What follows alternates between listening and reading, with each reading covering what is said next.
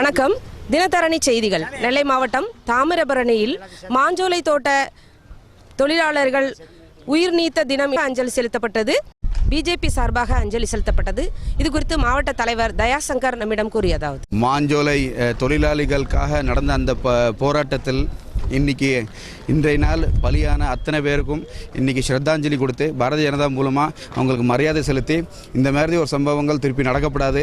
மாஞ்சோலை தொழிலாளிகள் இன்றைக்கும் அந்த கஷ்டத்துலேயே இருக்காங்க.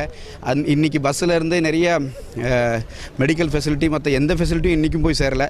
அதெல்லாம் வலியுறுத்தி இனிமேல் வர வேண்டிய காலத்தில் அந்த தொழிலாளர்களுக்காக பல போராட்டம் நாங்கள் பண்ணுற மாதிரி இருக்கோம்.